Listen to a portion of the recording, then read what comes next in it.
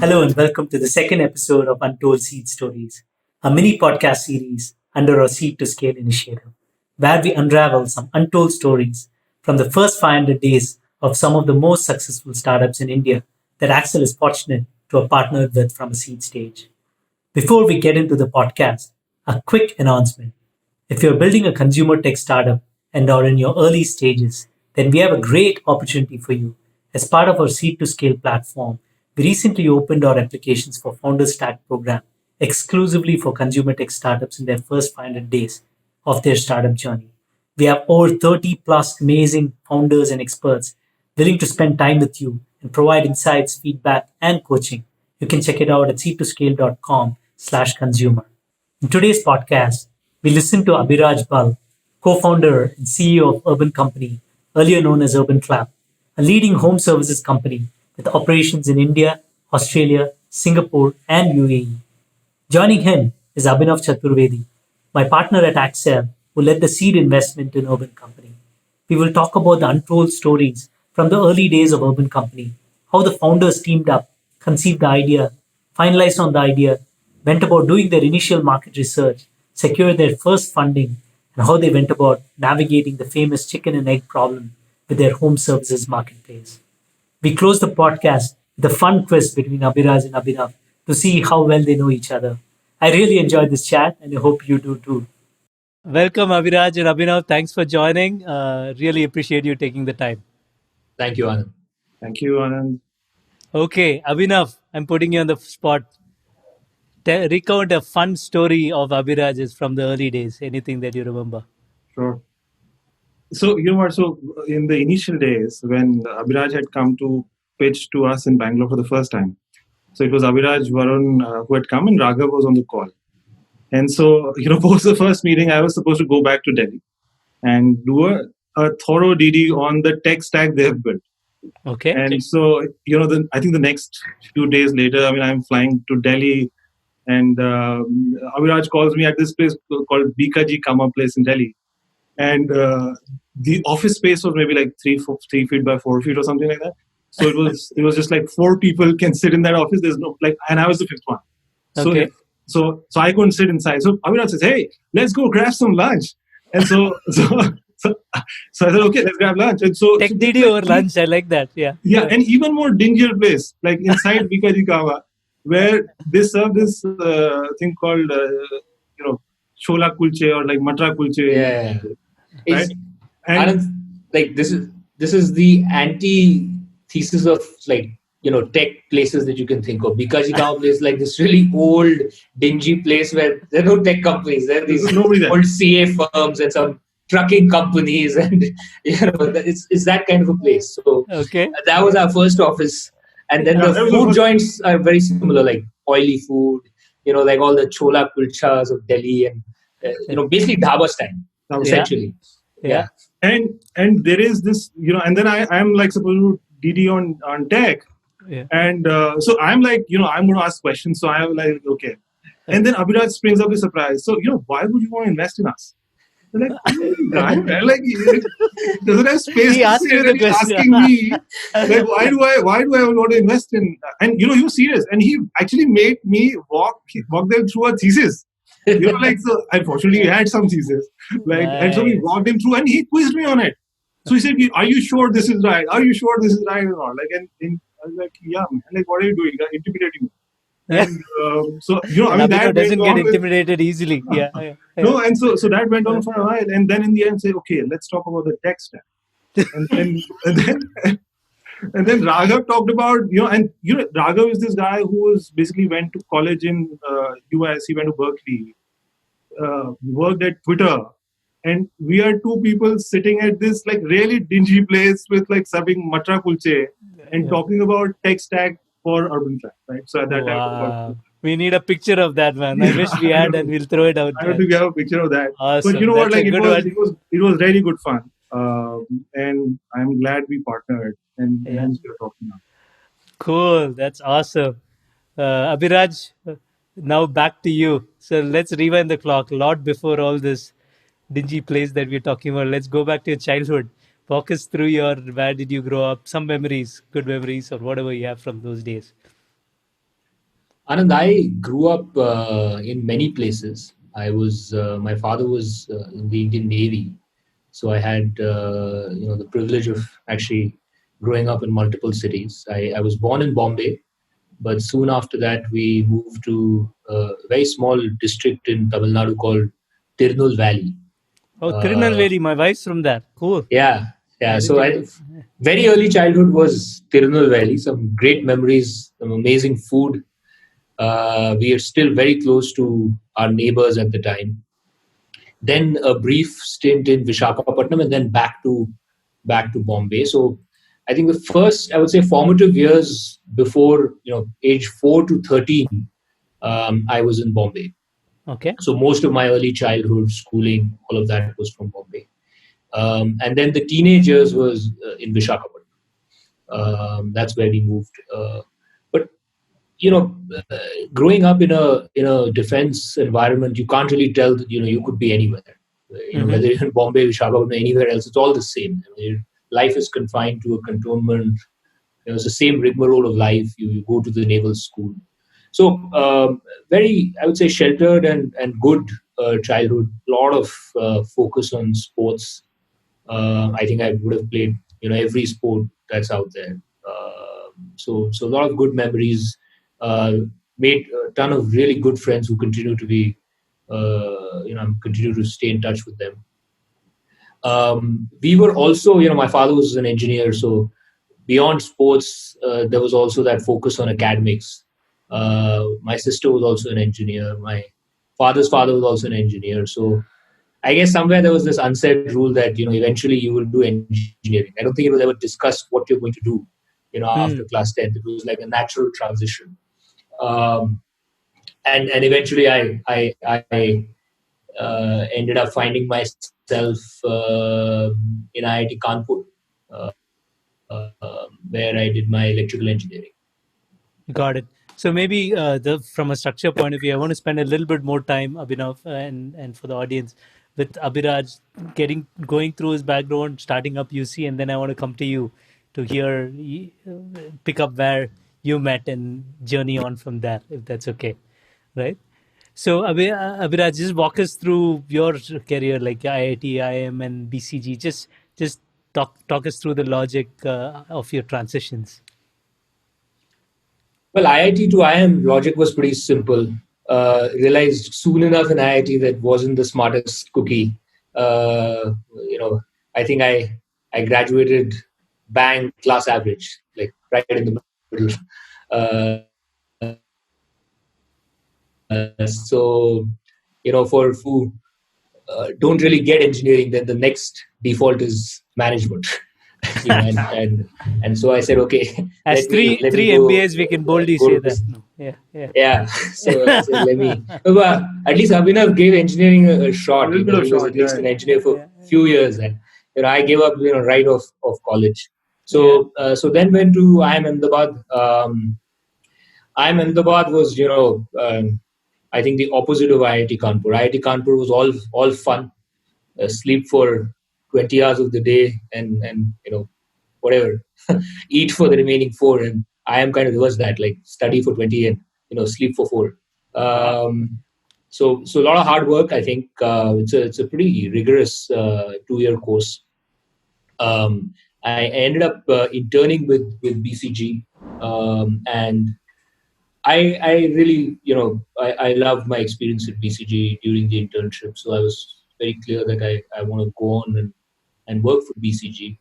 Um, I spent 3 years with the firm, and I think if it hadn't been for the entrepreneurial bug, I probably would have just continued at BCG.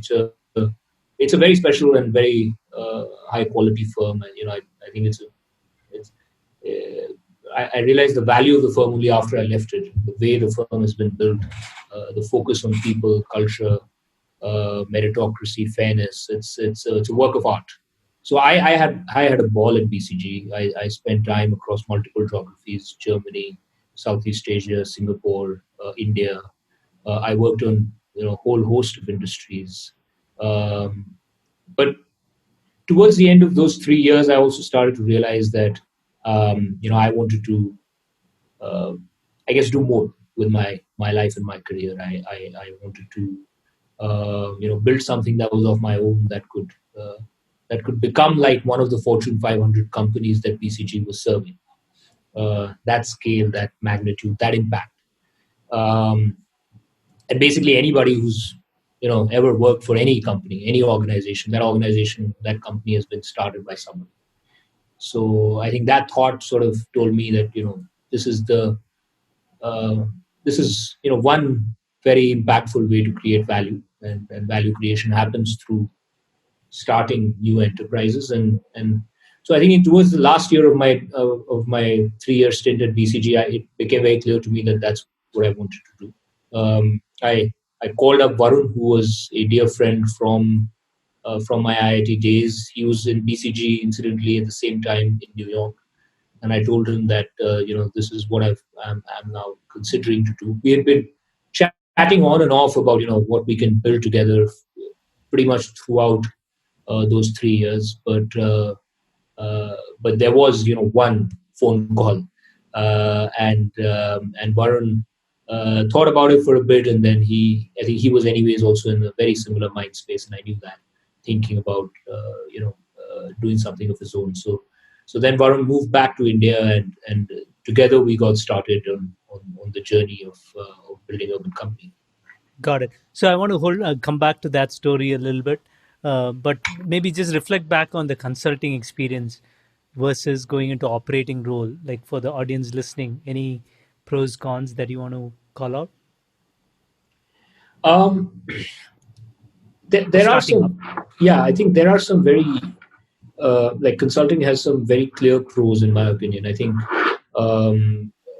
one is it teaches you the essential toolkit of structured problem solving, and that can be learned elsewhere as well. But it's a pretty well defined and pretty well defined toolkit which has been perfected over many years. So the focus on first principles problem solving, structured problem solving, I think that learning and that training that I got at BCG was pretty unparalleled. I mean, BCG was really my real MBA. I think I would say. I think, and the second was confidence. I found myself at multiple points of time during that 3 year stint just interacting with CXOs and CEOs, and while all of them were great people who had achieved a lot in their life. Um, I could also, because of that opportunity, realize that at the end of the day, they're also human beings, and I could do something similar. So I think that's basically what my big takeaways from BCG. One was just the confidence to say, I can do something on my own and operate at a global playing field, and do the problem solving toolkit. Got it. So maybe then let's switch gears and talk about. Looks like you found your co-founders first, at least Varun. Talk us through the phase of finding the co-founders, because that's a crucial element of starting up, and then finding the idea. Like looks like that was the sequence, or was it the other way around? Yeah, it was the former. Found the co-founders first, and then the idea. So Varun and I go a fairly long time back. We've known each other for 15 years. We were in IIT Kanpur together in the same department and the same hostel, and eventually the same wing. So it's a lot of camaraderie and shared memories over the years. We also just kept in touch even after IIT, even though we were in separate continents, and we took vacations together. And I guess we just kept talking about what we can do together one day. That conversation never really died out. Right after IIT, we started talking about it, and it just continued well into BCG, and eventually, when I had reached the point where I it took me a while to convince myself that this is something that I have to do, and you have to find that you have to find that courage really to take that leap. Um, the default for me was to call Varun. I don't think it was something that I thought about a lot. It was sort of an unsaid thing. Um, and there was just so much shared history, camaraderie, but also significant amount of mutual respect. I think, and that's very important. I think co-founding relationships are a bit like marriage, and marriages thrive on love, but they also thrive on mutual respect. And similar is a co-founder's relationship. You have to have mutual respect. And Varun is probably someone that I have respected. Like, probably one of the few people I really, really respect a lot. I always looked up to him, even during the IIT days. Just immensely more brilliant and intelligent than I am, sharper, more hardworking. So Varun and I decided to start out together. Our first attempt at building something didn't work out, and it wasn't Urban Company. It was a different company in a different space. We weren't at it for a very long time, but we were at it for about 6 months or so, and that didn't really work out. This is 2014. This is 2014, yeah, early 2014, the first half.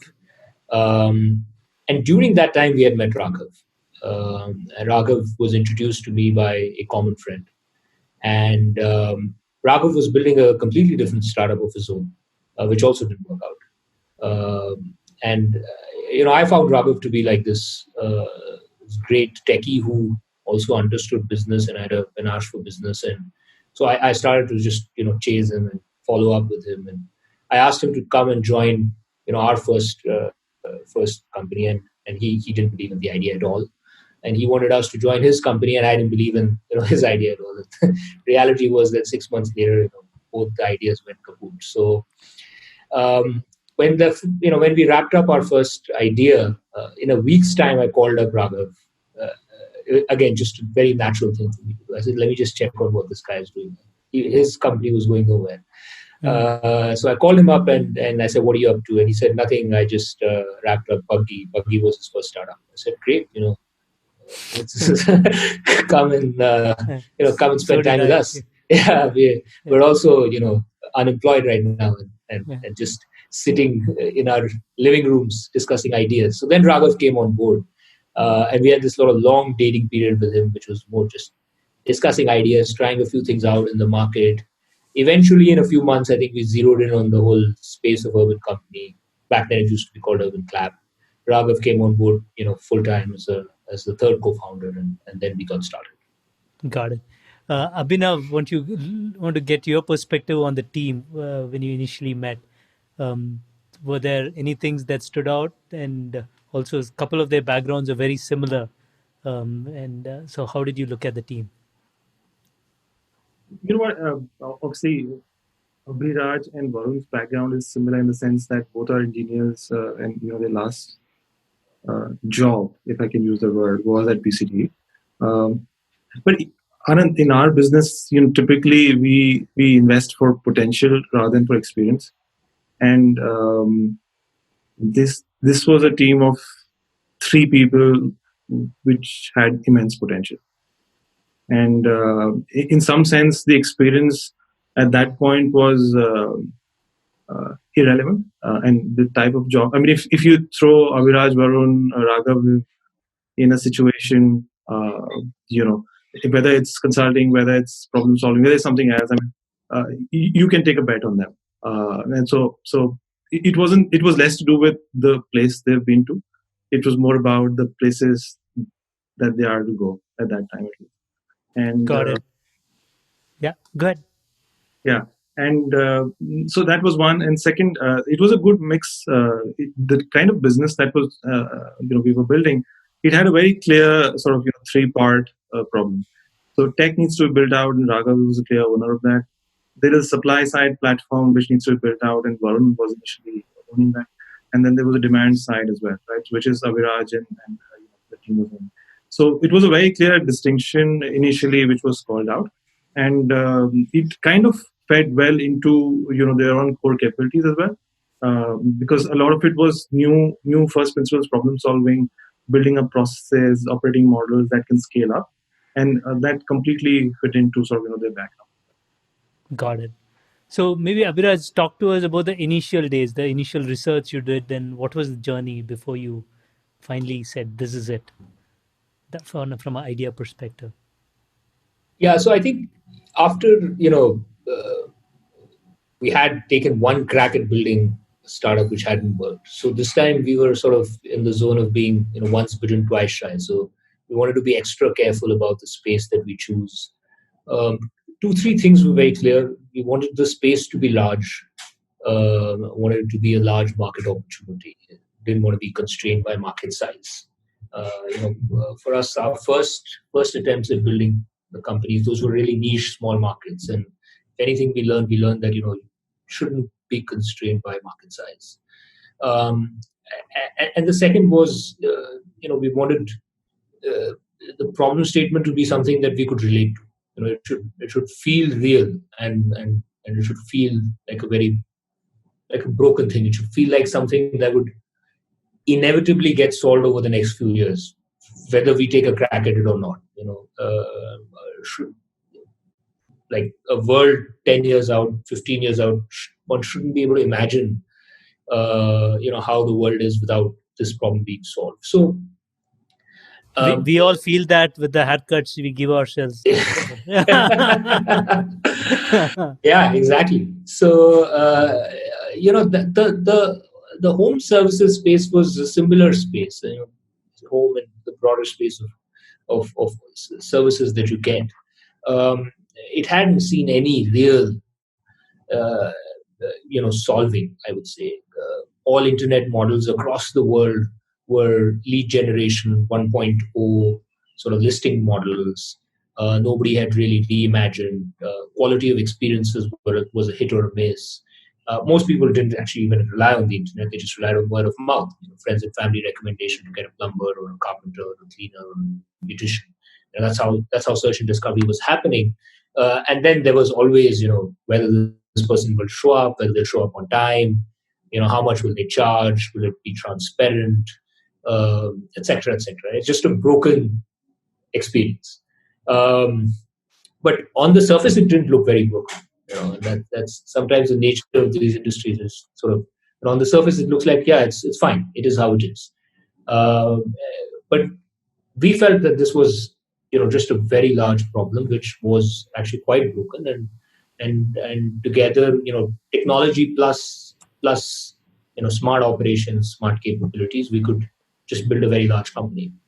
So it took us a while to get that conviction. We spent a lot of time, with customers, with service professionals. Um, I guess what convinced us was the problem was not just broken for consumers; it was also broken for service professionals. Because when we spent a lot of time with service professionals, we realized that it wasn't like they didn't want to, improve themselves. It wasn't like they didn't want to make more money. It was almost like they had a shackled existence. They were dependent on a whole host of middlemen and local contractors and aggregators who were eating away into the margins. There were no real incentives aligned to doing a good service or giving a good service experience. And many of them were earning, 10, 12, 15,000 rupees a month. So very hand to mouth existence. So it felt like a problem which had both constituents, suffering, and just, archaic, no technology. So in hindsight, it's like the, ideal grounds for a technology marketplace to go in and try to disrupt it. I think we didn't have that much, granular insight back then, but just at the highest level felt like a large space which can be disrupted through technology and also through operations excellence. Got it. And maybe Abhinav, at this point, like when you looked at the business initially, did you also, how did you go about evaluating both the opportunity as well as the pain points that Abhiraj talked about? You're on mute. Yeah. I'm going to share my screen and walk Yeah. you through Nice. initial deck of Urban Clap. So, Abhiraj, we got the year wrong. Yeah, so I'm reading up from the deck, which is the first deck we saw. It's 7th January 2015, actually. Yeah, If you look, we should change that. yeah, and if you look at the mission, right?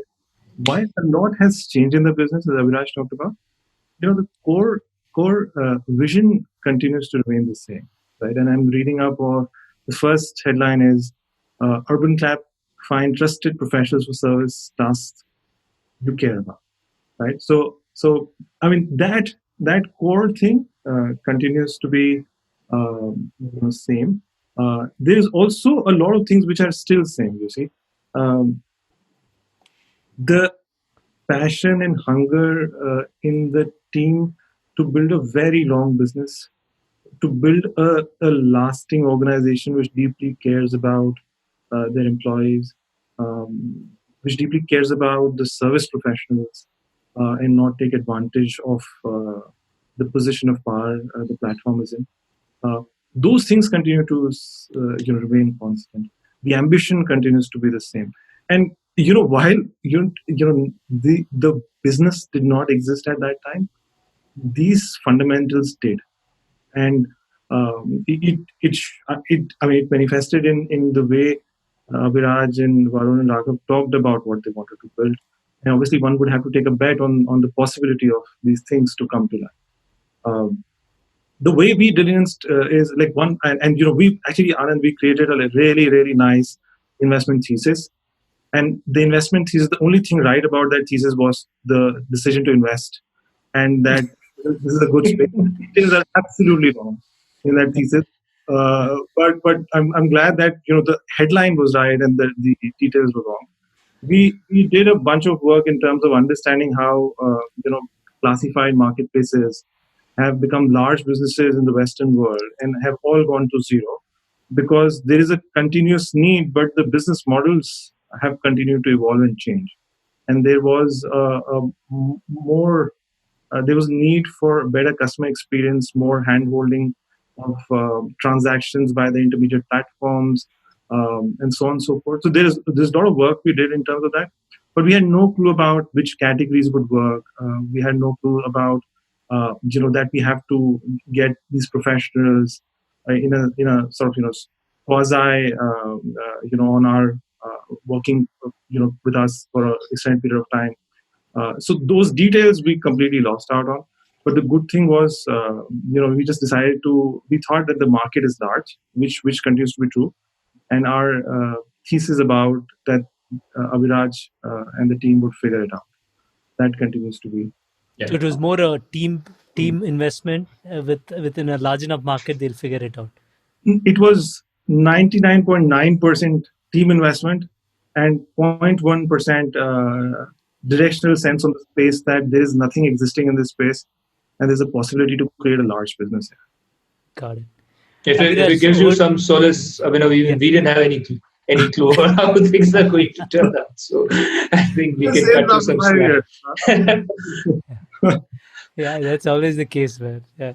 So, Abhiraj, why don't you recount your first initial impressions of Abhinav and meeting him, and we now know the other side, what happened on the Tech DD, but even before that, yeah. So I think my initial interaction I think the first interaction with Abhinav was over a couple of phone calls, and that's when Abhinav suggested that we come down to Bangalore and meet him and meet the larger team. When we met him and we met the whole team, it was very clear to us that you guys knew a lot about early stage investing, seed investing, investing in marketplaces. The conversation was just very deep, very high quality, and that's something I personally enjoy. Rich conversations with investors. It's one good way for a founder also to assess an investor, how much an investor is interested, and the fit really. And when you have a good feel for a conversation, when it's deep, when it's detailed, when it's not flirting at the surface, it generally gives you a good feeling. So I remember going back from Bangalore thinking, hey, whether sort of these guys invest in us or not, like at least the conversation was, good, high quality. We were pushed and asked uh, some detailed questions, and these are guys we should stay in touch with. I remember telling Varun that, hey, maybe if they don't invest now, then we'll hit them up again for the Series A. But then, Abhinav did follow up, and then eventually that investment happened. And I think Abhinav in particular, uh, you know, the best part was that he was humble and willing to listen. And many VCs over the years develop that trait, the ability to listen, but in their younger years, typically don't. But that wasn't the case with him. I think for him, it was more, to truly understand the company, truly understand the vision of the company, why the founders are building it. And it felt like he also focused enough on all the software elements, like he didn't really need to come down and spend time with the team and, go to that dhaba. And I'm sure he would have thought that he's going to get kidnapped or something. The whole environment was, he could have just, or he could have many a times, VCs will call you to some, hotel, come and have breakfast with me here, trying to just optimize their time. I think he didn't do that. Like, I think he made the trip just to meet us, and, might have been inefficient from a time spent point of view, but I think, that first-hand flavor that you get, when you walk into a 110 square foot office of an early stage company, what's happening, the energy, the conversations. I think that the founder is also equally appreciative of that effort when somebody is taking that kind of an effort, to really understand what you're trying to do. So, I distinctly remember, that whole day actually. When Abhinav came over to Delhi. Yeah.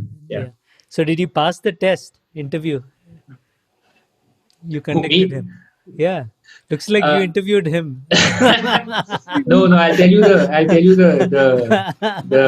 history of this. So Yeah. in those days we were recruiting as well, Okay. and the only recruiting pitch that was working was deselling the company, because there was not much else in the company. The office was what it was. So everybody that I was trying to recruit, and I used to desell the company. So I thought, let me try the same strategy with Abhinav. Let me try and Desell. the What do you company. mean by that? Desell as in not sell the company, like Okay. undersell, like just say why would you be so stupid as to invest Oh, in us, nice. etc. That kind of a thing. Because but I think it was more him interviewing us than the other way around. He's, some of my memory is fading, but I'm pretty sure that part of the conversation was not like more than 5-10 minutes. That's good, but that's a good technique, man. Now you're going to get a lot of deselling when we talk to founders at the seed stage. So great. So this is good to go through the initial phase. Anything else from either of you from through the first phase of the initial fundraise, or anything just beyond that also that you want to touch upon? Because the whole idea of this Untold Seed Stories, this platform, is for the first 500 days of founding and maybe the initial funding, what happens, and to demystify that for the up and coming founders. I can talk about one of the key things which I saw, and I saw this, playing out multiple times, and has played out multiple times throughout the journey. Even in the initial days, Anand, we obviously help people early on to recruit, early teams, and there've been cases where we have been in touch with certain people in the past, and those people have not joined some of our portfolios for various reasons, because they were already working at a great place. I remember distinctly, and Shripad is still at Urban Lab, so it's been 5.5 years now. Yeah. And so I had tried to get Shripad in one of our portfolio companies in the past, before Urban Lab, and he was doing really well in his job at that time. And Varun and Abhiraj read out that we need a product person, and I connected Shripad to Varun and Abhiraj, and I told them that it is impossible to hire this guy. And we have tried it hard enough. Like, I have tried it hard enough, and this guy's not going to leave the job. So Abhiraj said, "Yeah, don't worry about it." So it is like, we will manage that. Yeah. So I think they courted him for like maybe 1.5, 2 months over a period of time. Next time I show up in Delhi and Shripad and was there in the office. I mean, he was there. He was part of the team. I think he was not formally joined, or he was about to formally join. He's accepted, and he continues to be an important, very important part of the product team overall, even after 5.5 years. And that's something which I've seen over various roles, various functions across these 5.5 years. The ability to attract talent and ability to convert them, sell the vision of Urban Clap, what we are building towards, and taking care of them. Right? That's also very, very important, because sometimes you can hire and in a couple years, you figure out that things have changed, situations change, you need to do something else. But just taking care of people over an extended period of time is something which has continued. Yeah, yeah. Abhiraj, that's Abhinav has highlighted even earlier to me that that's one of your superpowers of being able to attract and retain high quality talent. So maybe to the founders listening, the two people founder team, how do you go about hiring the first 10 people and selling any tips for them? I think different founders have different approaches to hiring. My approach was to build top down, and if I was to do it again, I would do it similarly. So to think of the first sort of 5, 6, 7 people who will own different pieces of the puzzle, and just go out there and bring very, very high quality people. Um, I guess one good way of thinking about hiring is that whenever you hire for an important role, um, you should kind of feel at different stages in the company that this guy is or this girl is borderline like out of my league, Mm. and then like pursue them and convert them. I think that sort of one, like most of the times folks that we've been able to hire at the first instance, I would have felt that, oh, this is a little bit out of league. And then that actually gives you the energy to say, oh no, but now we should really go out there and convert. Um, and once they're in, then it's also your responsibility to give them the space to allow them to grow. There will be times when they hit like companies, like founders, even execs will hit ceilings. If they hit a ceiling far too often, then it's important to have a chat with them and see if there's an alternate role, or if they need somebody more senior to come and own that function, so that the company's scaling doesn't get jeopardized. But if at the first feeling, sometimes we have the tendency to just give up and say, what, let me just hire someone else, and that works once or twice. But after a while, it's you don't create the culture of the company can't get created by just constantly hiring from outside. So you have to also grow people internally, and it has to be a good balance of the two.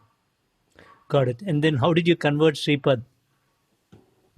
Well, one thing is to keep like this is the beauty of the sunk cost fallacy.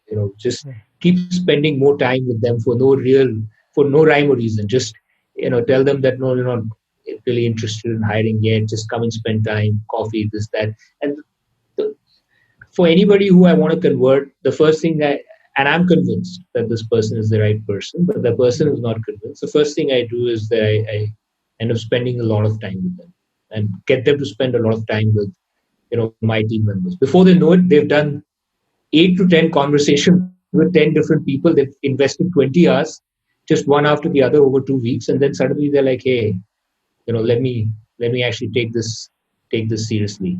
And of course, in the process, they also learn about the company, the vision of the company.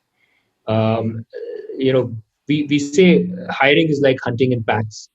It can never be done by one person. You have to get the whole especially for leadership roles, you have to get everybody else involved and everybody else to spend time.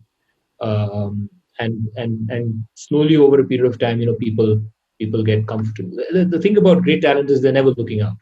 They're always doing well wherever they are. They're happy. So you have to make that effort. Got it.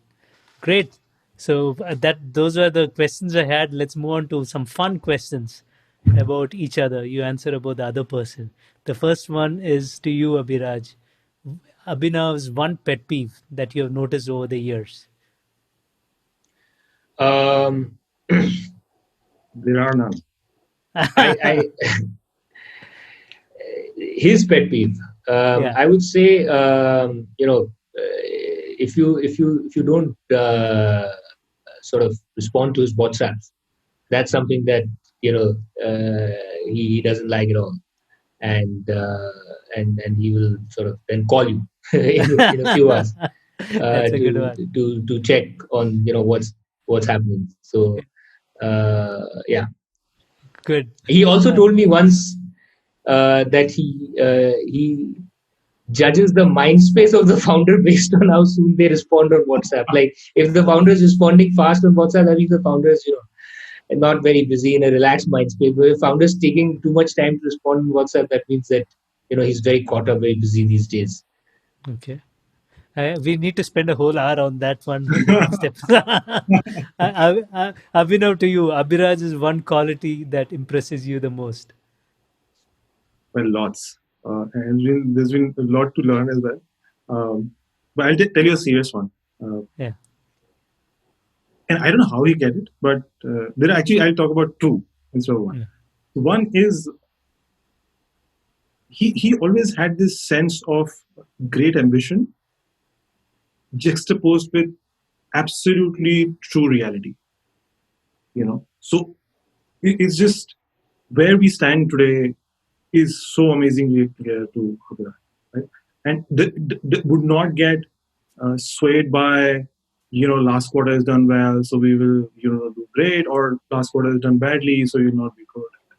Um, and I think I don't know, maybe there is just so much work behind what can happen, how to achieve that ambition, that there is grounding of that self assuredness in like where we are today, which I've learned from him also.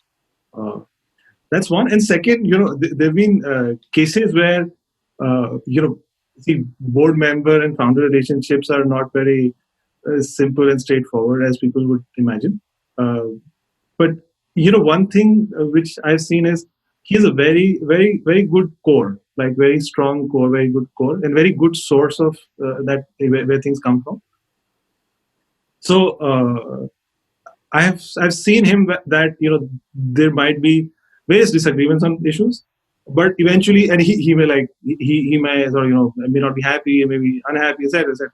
But eventually, he'll come to that core where he'll say, okay, that's fine. Like he just wants to make sure that the other guy is also happy. Suddenly, there is that empathy which comes in at the core. Which again, sort of, like it's hard to manage both these things together because they're like sort of pulling each other apart. But I think the center is like very empathetic and good source of things. Nice. Hey, man, Abhiraj, you're asking him like my qualities, and you're asking me his pet peeves. That's not fair at all. We're changing the power equation here, obviously. Abhiraj, AC's one advice. No, we're asking good things here also. AC's one advice that you remember fondly that helped you. Yeah. Oh, there've been many. I think I remember this one conversation that we had, and I think it was about a couple of years back.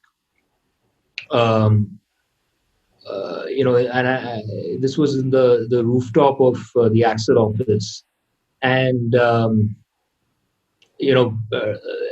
we were trying to retain one of our important leaders, and there was an email that I had written to this leader, and I had actually forwarded that to Abhinav. And Abhinav said that he said, look, this is phenomenal, man. Like you guys care so much about your leaders, etc., etc. But at the same time, you're just too close cut. Like you have zero slack in the organization. Like if one or two important people leave, like there's nobody to fill those shoes. You're too frugal when it comes to hiring. You're actually significantly like underinvesting in the team. And basically the team is just about right size for today's needs. That's it. There's not even like one extra person anywhere, and everybody at all points of time, is feeling like, hey, there's significant amount of load. And um, and I thought about that conversation, and the thing about him is that he won't tell you what to do, right? Like that, his style is, he if he wants to say something, then he'll kind of lay the ground for you to Tell me realize about it it, on man. your own. Yeah. Yeah. So he kind of laid that ground, and then I was sort of thinking about it, and then on the flight back I was like, yeah, man, this is true. Like, if we have to become like a lasting organization, we can't really worry about, hey, are we going to like be around, and we know that we're going to be around, but like, just hire for today, like, grow and then hire for the next. Like, we have to somewhere invest ahead of the curve. And I think some of that frugal ethos, that right side, this continues to remain. But there was, that moment was also a shift for me as a founder. To just, I think that year we brought a lot of fresh, high quality talent at all levels into the company. The company just looked very different a year later. Like that was a transformative year for Urban Company. I think 2018 to 2019. A year later, we were just looking, feeling like a very different company. We made a big org change that year, which unlocked a lot of growth. And yeah, I think that conversation was very helpful in getting me on that journey. Got it. I think we're almost out of time. I had one question which I missed earlier. I remember when you guys started out, there were 10 to 15 other companies doing the same thing that you were doing. Abhiraj, any thoughts on competition? How should startups starting today, especially in competitive spaces, think through that? Yes, Anand, you're right. When we started out, I think there were actually lots and lots of companies in our space, and all of us were doing the wrong thing. The eventual business model that Urban Company, pivoted and pivoted, and many pivots later reached, was very different from where we started. And I think there's a lesson there for for all young founders listening. You have to do your own thing. You can't get bothered by competition and what your competitor is doing, and you have to do your own thing. You have to follow your customers and listen to them. And as cliche as it sounds, it's not just the right way to build, it's also a really fun way to build a company. You're always building from first principles. You're not copying, you're not aping. You are getting, you are always looking at best in class across industries. But you're going back to first principles and building. And it's very important in the first 2 years. It's important throughout the journey of a company, but in the first couple of years is very important, because chances are that what your starting point is and what the eventual company that you'll end up building, there's a very high probability that those will be, you know, somewhat different, if not, there are very few companies I know which get it right the first time. Repeat founders often have a knack of getting it right the first time, but first time founders, it takes us a few shots at the goal to get it right. And I know that at Urban Company, we took an excruciatingly long period of time and many small pivots to eventually reach the model that we are at.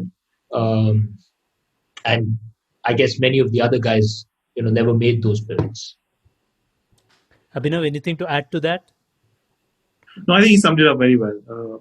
We were constantly evolving, and there were actually two distinct points, Abhiraj, when I thought that we took like really uh, very big calls.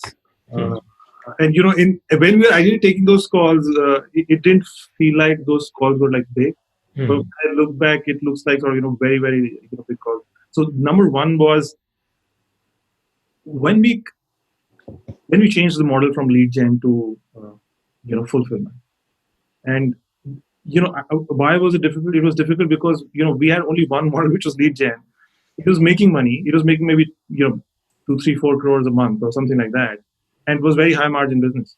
Uh, and so basically, the call to fulfillment is on a low margin business and shut down your main line of business, right? So you're basically going to cut down all the revenue and change to a model which is lower margin. We did that, and like at that time, it didn't, it seemed like, but it seems like a big thing looking back. I think the second big thing we did was we had like 100 odd services, Abhilash. We had Yeah, a lot. yeah, we trimmed it to 5. 100 to 5. Wow. Something like that. And just imagine the chaos that could have been caused because of this, because you have categories and category managers, people aligned to these different categories, and basically you're cutting everything to 5.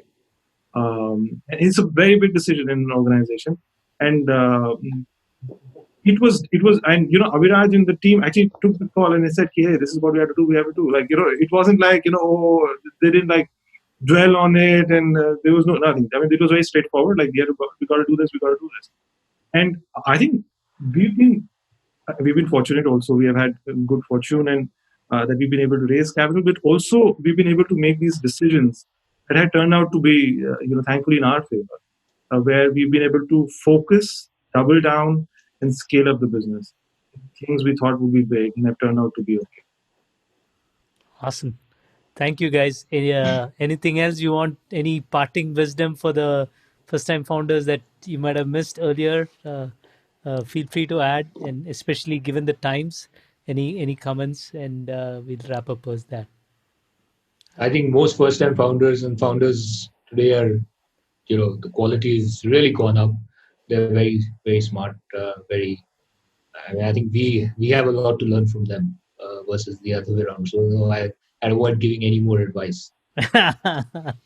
Same here. Okay, good. On that note, really appreciate you taking the time and sharing your journey, and I'm sure there are a lot of takeaways for the first-time founders who are listening, and hopefully this inspires a whole new generation of entrepreneurs out there. Thank you, guys. Thank you, Anand. Thank you, Anand. Yeah. Hope you enjoyed the chat with Abhiraj from Urban Company.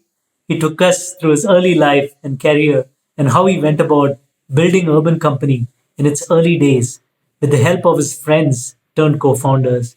We also had Abhinav, my partner from Accel, who has been closely working with Urban Company since we initially invested in their seed stage.